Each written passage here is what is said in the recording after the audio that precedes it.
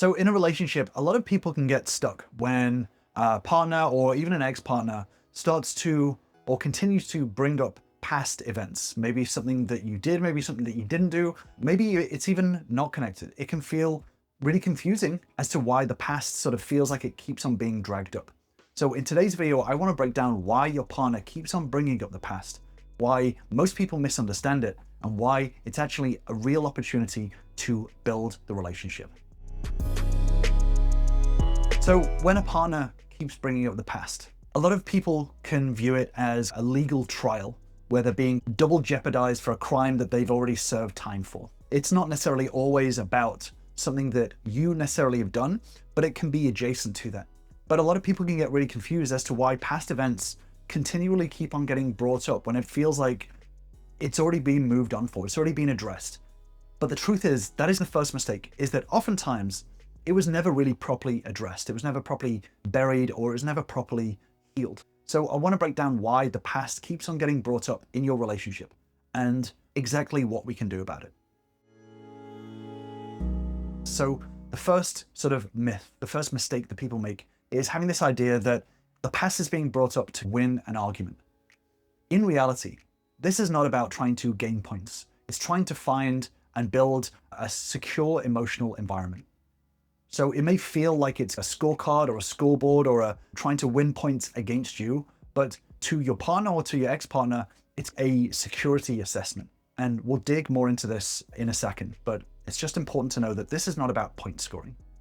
The second mistake that people make is that, especially us guys can sometimes fall for this myth, but that this is just about your partner being emotional, your partner being dramatic. The truth is that dismissing a partner as dramatic can actually have a really negative impact on the emotional environment. Essentially, you're saying that your partner's emotions don't really matter, or your partner's emotions are over-exaggerated to what they feel. And this can dismiss any sort of accountability on your half, but it also paints your partner as having a malfunctioning memory. The truth is that your partner's memory is functioning exactly as it should. If your partner feels hurt or feels pain or it feels triggered by a certain event, the brain is working actually perfectly normally. This is a normal human being thing to do. So it's important to recognize that your partner is not doing anything wrong. The third myth is that this idea that time heals all wounds. This is the phrase that gets thrown around, at least subconsciously. The truth is that time doesn't heal anything. Processing emotions heals. So if there is a wound there, if your partner feels hurt, your partner feels scared, worried, etc., if this is left to fester for 3 years, it doesn't matter that it happened a long time ago, it still hurts when you touch it, right? Time doesn't heal anything at all. And this is really important to understand as well, is that when your partner is bringing up past hurts, it's because the wound is still there, rather than the wound is healed because time has passed. Another myth is that if this past event or feeling has been brought up to you and it is being linked to your actions, a lot of people get it in their mind of, I already apologized, or I've already taken accountability, so it should be over, right? And this is something that I see people tripping up on quite a lot, especially when it comes to relationship repair or trying to get your ex back, is that an apology is a nice gesture, but true change behavior is what an apology should consist of. Continued change behaviors. If you have done something, if your actions have had an impact on your partner's feelings, then changing your behavior should be the focus rather than just some sort of apology. If the behavior hasn't changed, if your actions are still doing the same things, then apology is just a band-aid and it doesn't actually have an impact on your partner's feelings. So these are some of the myths that people fall for when it comes to understanding why the past is being brought up. So now I want to talk about why the past is still present. So the reason why a partner brings up the past is because our brains can get caught in a loop of unresolved data. So for example, there can be kind of a lack of emotional closure. If you think of it as an open tab on a browser, you know, when we have 100 open tabs, this can be one of those open tabs. So if something hasn't felt resolved, then it becomes an open tab that takes up some of our memory, right? Some of our RAM, and it can drain our battery. So if your partner is bringing up a past event and didn't feel heard, doesn't feel understood, doesn't feel like it was actually truly resolved, then if they don't feel like you truly grasp the depth of hurt or feelings, then this feeling is going to keep on bubbling up. This is bubbling up with the hope that you finally get it, you finally understand. And again, this isn't necessarily always linked to your actions, but when your partner is bringing up the past, this is a point of connection. This is a point of being able to connect with your partner. And your partner is hoping at the back of your mind that there's a light bulb that kind of goes off in your head where you finally get it. We talk a lot about validation on this channel. Validation is the gap that bridges these feelings. If your partner feels truly validated in what they feel, then it allows them to close that browser tab a little bit because they finally feel like you get it and what they feel is normal. If you think about it this way, when you're in a relationship, you're there to find the person to spend the rest of your life with, right? Being able to bring up feelings and have your partner be able to fully, truly understand you allows your brain to feel safe because it's like, I get to spend the rest of my life with someone that no matter what I feel, they get it. They take the time to understand and they truly know why I feel the way that I feel. So I don't have to keep it bottled up inside anymore. This is exactly why when I work with members, a lot of what we do in terms of communication skills is understanding how to validate and validating at a very deep level. And this is what rebuilds a relationship, especially if you're trying to repair a relationship. Understanding and validating is one of those key skills to be able to develop. And just before I move forward, if you do want to become a member and you do want to work with me, then feel free to join my relationship bootcamp. This is where all of the members start, where you learn the fundamentals of relationships and understanding how to start rebuilding and repairing them in a very powerful way. I'll leave a link in the description if you want to grab your spot. But it's not only this lack of closure, it can also be a matter of pattern recognition and survival.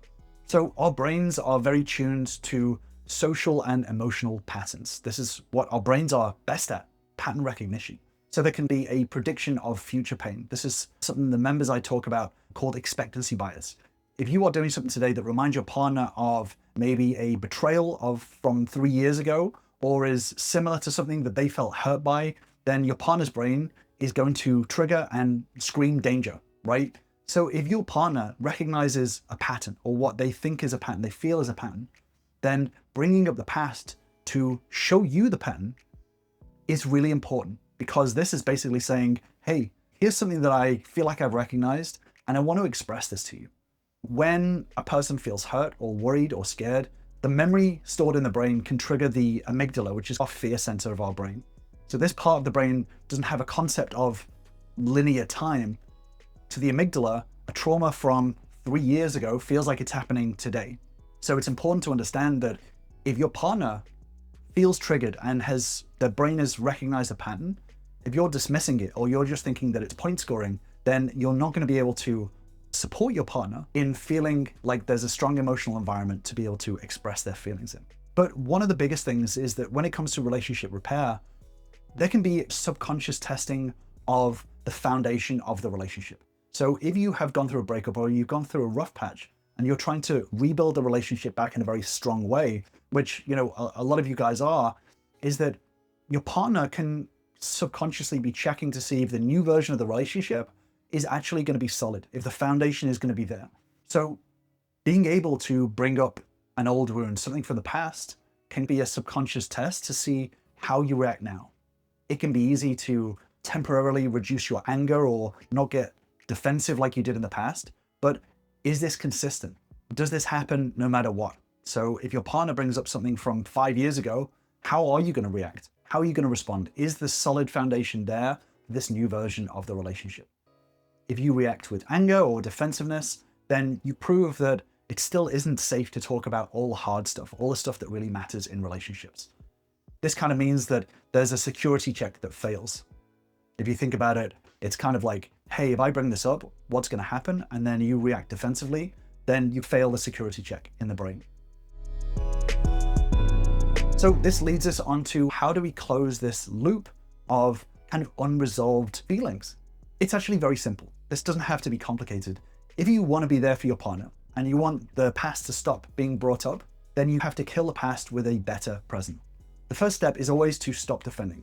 Replacing defending with connecting is going to be a lot more powerful. So stop defending your actions and lean into the emotion with your partner. Being able to validate, like we have spoken about a lot on this channel, being able to say, I think I can understand why you'd still feel hurt from what I did. I think that I'd be feeling really worried that it's going to happen again and again, and I'd be worried that I'm stuck in a relationship with someone who can't change. I think that would feel really scary.